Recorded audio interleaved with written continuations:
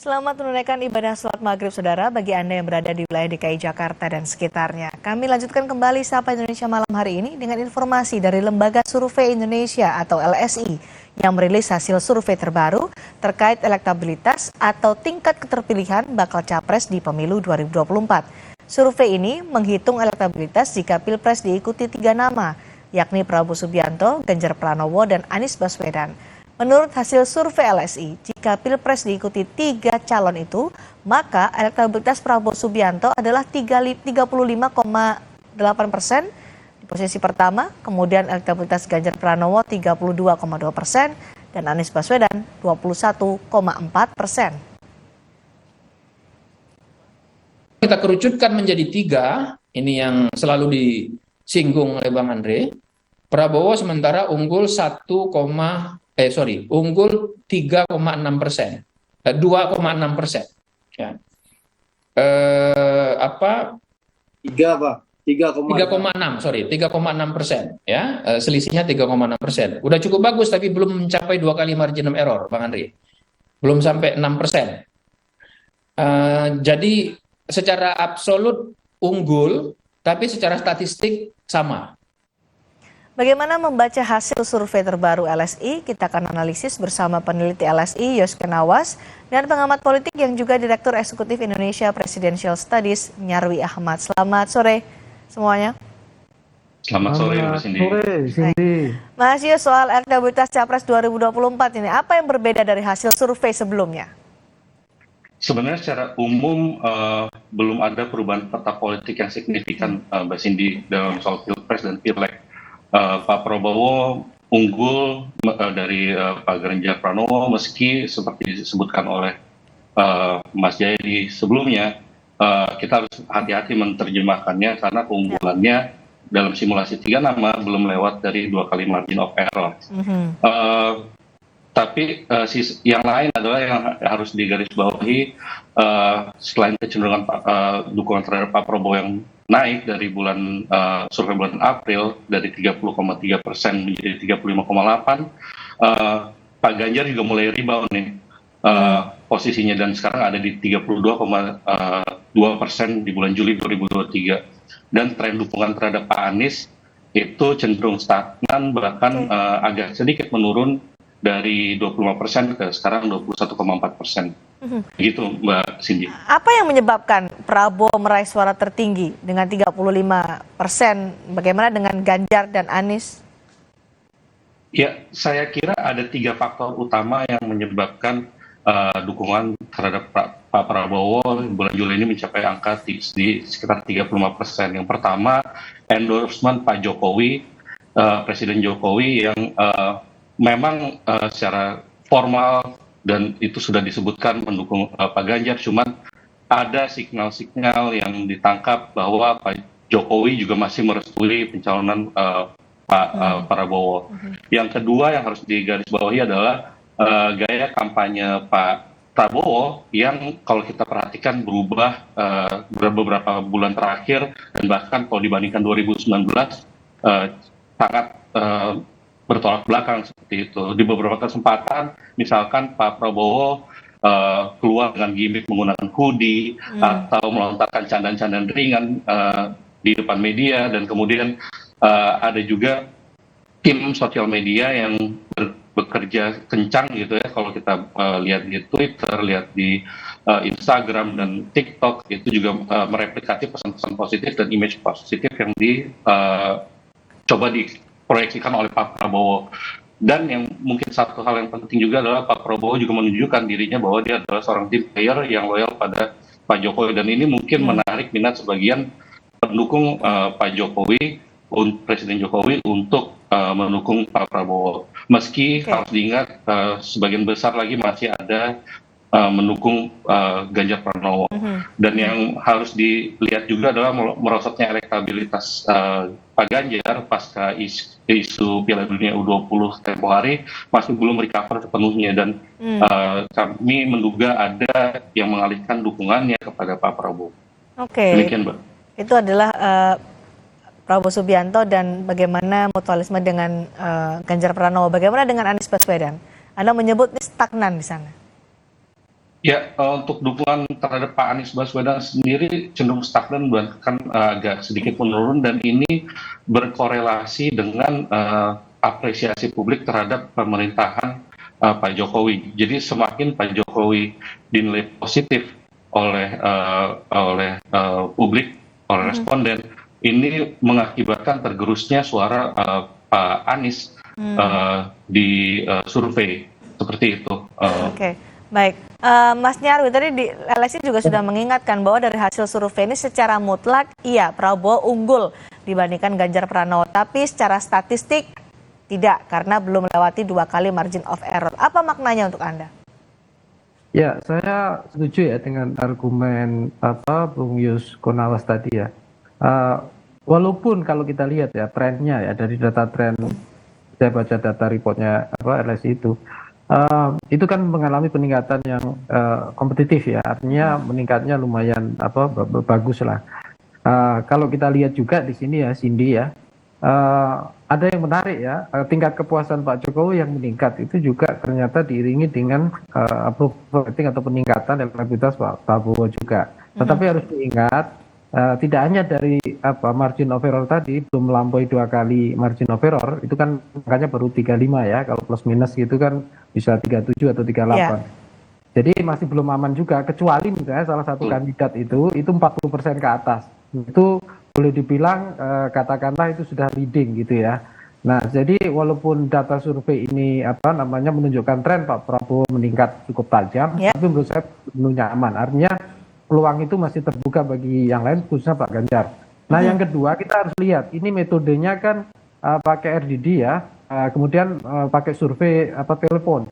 Dan di situ kan kita lihat, tadi saya sempat lihat anatomi datanya juga, itu beberapa misalnya contoh ya, yang populasi tidak punya telepon ini 17%, yang tidak tercover, tidak terrepresentasikan itu satu. Yang kedua misalnya dari tingkat pendidikan misalnya itu kan cukup besar tuh, khususnya pendidikan yang bawah ya, itu masih banyak yang kurang representatif juga. Tapi itu wajar karena kita kan pakai di sini kan kayak survei telepon ya. Jadi kalau kita lihat itu basis pemilih di situ banyak tuh yang ada kemungkinan besar lah katakanlah itu juga termasuk pemilih Ganjar di sana. Nah, di sini juga saya kira makanya itu angka ini sebenarnya juga boleh dibilang ya menjadi angka yang menghibur Pak Prabowo gitu loh ya. Prabowo tentunya ya senang ya mungkin ya dengan tren kenaikan ini, tapi belum sepenuhnya kemudian menyenangkan gitu ya, kira-kira gitu. Unggul di survei ini tapi hati-hati ya, harus waspada begitu ya Mas Nyarwi. Iya gitu. Disebut juga nih soal masalah endorsement dari Jokowi tadi disebutkan oleh Mas Yus. Apakah dengan hasil ini Ganjar Pranowo ada di bawah Prabowo Subianto meskipun tipis saja adalah hasil dari ambiguitas sikap Joko Widodo? Akan kemana nih? Akan ke Prabowo Subianto atau akan ke Ganjar? Hasilnya begini akhirnya, Ganjar Pranowo dan juga Prabowo Subianto tipis sekali. Ya, kalau endorsement Jokowi saya lihat itu kan tadi juga sudah dijelaskan Mas Yus ya, Mas Yus Konawas. Itu kan juga terlihat. Jadi approval rating ke Pak Jokowi itu luar biasa impact-nya kan, artinya dua-duanya itu mengalami eskalasi peningkatan itu dengan angka yang tadi misalnya tidak undecided voter atau tidak menentukan itu menurun kan gitu sampai ke angka 10% saya lihat. Nah, tetapi memang eskalasi yang paling agak lebih tinggi itu memang di Pak Prabowo gitu ya. Kalau dikatakan endorsement ya misalnya, saya kira efeknya itu ya ada, itu jelas ya ambiguitas. Tapi tentu saja bukan hanya endorsement saja. Ya, tadi Bung Yus juga menyinggung ya, cara campaign Pak Prabowo dan juga Partai Gerindra, saya juga setelah ada riset juga melihat akun-akun itu ya, medsos partai maupun Pak Prabowo juga, termasuk capres yang lain. Itu saya lihat memang konten-kontennya lumayan penetratif ke anak-anak. Jadi begini, kalau gitu pertanyaannya begini, apakah ini karena endorsement Jokowi atau cara Prabowo Subianto berkomunikasi dengan pemilihnya yang akhirnya membuat Prabowo unggul dibandingkan Ganjar Pranowo? Ya, dua-duanya tentu Cindy, tapi kalau dikatakan effortnya dari Prabowo dan timnya, saya kira ya mungkin ya dugaan saya overall kasar bisa 60% effortnya berkontribusi itu. Ya, kalau kita cek Instagram, akun-akunnya, terus yang lain, cara kampanye, kontennya, stylenya, saya kira lebih penetratif. Di data survei tadi juga kepotret kok. Kalau kita lihat report lengkapnya ya, itu penetrasi ke pemilih muda itu untuk Pak Prabowo cukup besar dibandingkan kalau kita compare dengan Mas Ganjar gitu loh. Nah, bahkan misalnya penetrasi suara Mas Ganjar basisnya kalau dari sisi ini, misalnya saya tadi baca sekilas, itu masih banyak yang misalnya kategori Jawa gitu ya, yang sementara Pak Prabowo lumayan merata, lebih merata. Itu contoh saja ya dari sisi kategori yang lain.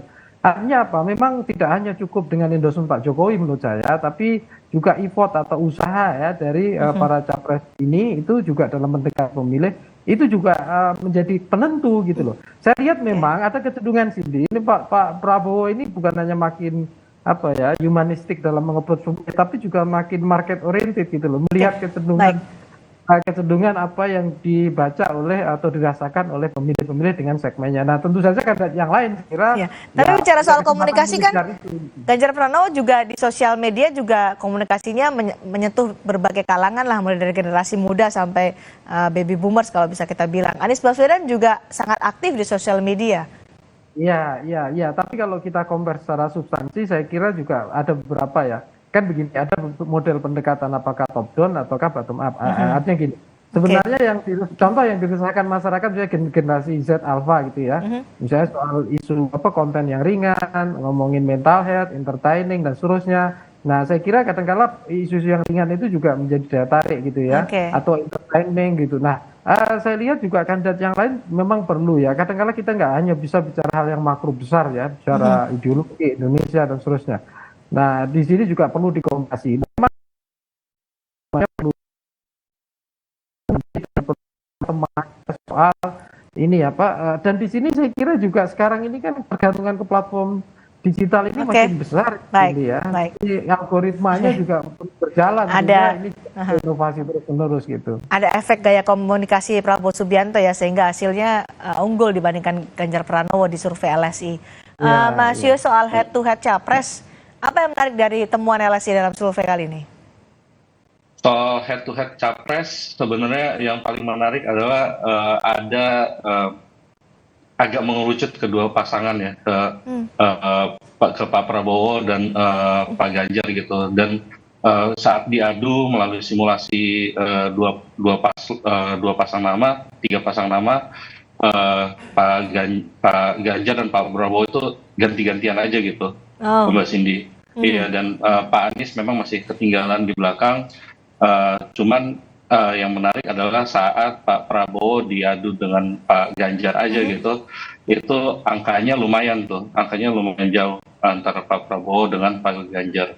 Cuman lagi-lagi harus diingat, tadi Mas Nyarwi sudah bilang, ini juga masih permulaan kampanye belum mulai, mesin belum panas, jadi masih banyak dinamika yang harus diwaspadai. Bahkan oleh Pak Prabowo meskipun secara absolut dia unggul, tapi kan secara statistik sebenarnya masih berada dalam posisi yang belum aman, kayak gitu. Soal head to head yang unggul nih berarti yang mendapatkan suara dari Anies Baswedan begitu ya, suara pendukung Anies Baswedan?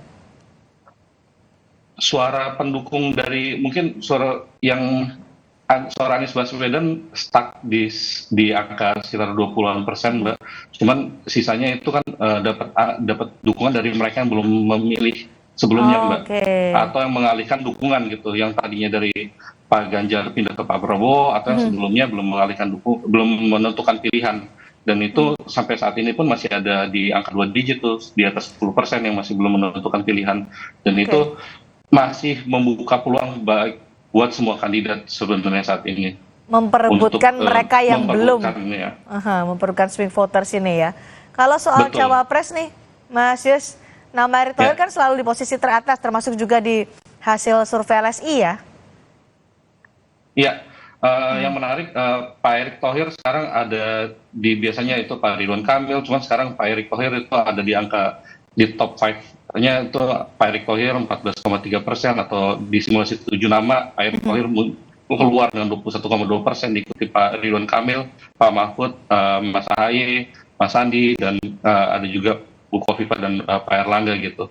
Dan ini terus terang cukup surprising, dan mungkin banyak faktor yang berkontribusi terhadap naiknya popularitas Pak Erick Thohir gitu. Karena belakangan juga soal bola, soal PSSI, posisi dia yang sering muncul di media itu juga berkontribusi saya kira terhadap naiknya dukungan terhadap Pak Erick Thohir, apalagi kalau dilihat di satu segmen survei yang lain, dari 50 ada 50 orang yang 50 responden yang Erick Thohir, dari yang mengetahui Pak Erick Thohir 90% menyatakan sangat puas terhadap kinerja beliau sebagai ketua PSSI. Mungkin ini berkontribusi terhadap kenaikan Pak Erick Thohir, dukungan terhadap Pak Erick Thohir. Oke, baik Mas Nyarwi, baik cawapres ini juga menarik untuk disimak karena namanya suka berubah-ubah. Ya, kemarin beberapa saat lalu dalam hasil survei Sandi yang unggul, tapi saat ini ada nama Erick Thohir yang mengungguli Sandiaga Uno, ada nama Mahfud MD juga masuk dalam radar. Analisa Anda soal ini? Ya, saya lihat ya visibilitas Pak Erick ya di publik itu, Pak Erick itu ingat ya, harus kita lihat ya Cindy, itu berbeda dengan yang tadi nama disebutkan ya, seperti Pak Sandi maupun Pak Mahfud, nama-nama top lah ya yang sudah masuk di radar survei.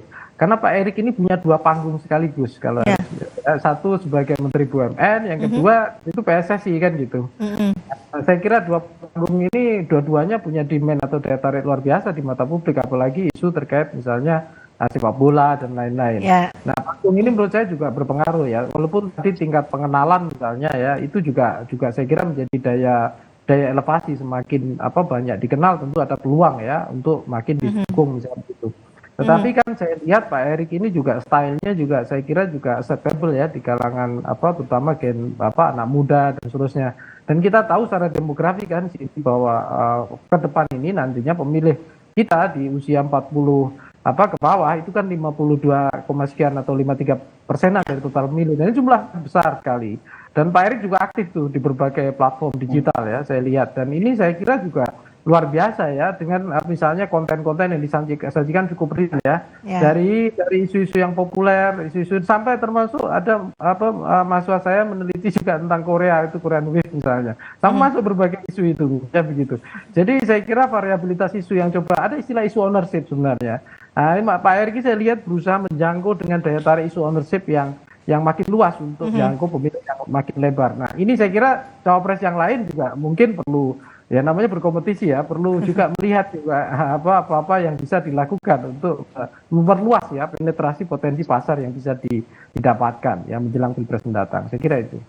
Anda disebutkan oleh juga Mas Yos, ada swing voters yang bisa diperebutkan oleh 3 baca pres menjelang pemilu 2024. Jumlahnya besar ya, 2 digit ya, di atas 10% nih, Mas Yos. Siapa yang nanti menurut Mas Nyarwi yang bisa mengambil hati swing voters ini untuk bisa menjadi suara untuk mereka?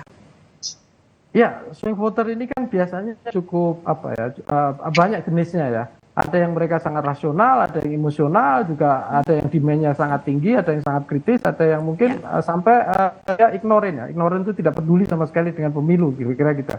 Nah, ini juga tantangan di masing-masing tim ini ya, misalnya pasangan pendukung capres maupun cawapres, untuk menganalisis dulu kan gitu, mengenali mereka ini siapa kan gitu. Tetapi mayoritas ya, swing voter itu orang-orang yang kritis ya, artinya kelompok-kelompok yang dia sangat rasional, mengevaluasi, dia punya record, dan dia juga punya intensitas untuk engagement yang interaksi yang cukup baik ya, bahkan mungkin bertanya, mengoreksi atau mempertanyakan, dan ini saya kira butuh model marketing dan kampanye yang lebih interaktif ya, lebih empatik gitu. Saya kira itu nanti mereka juga kalau di antara beberapa cawapres yang ada, saya kira itu potensinya masih overall ya, Cindy yang menurut saya masih sama lah, masih terbuka ya. Buktinya apa? Tidak ada angka yang sangat fenomenal kan ya, yang didapatkan sangat tipis oleh ya itu kan gitu.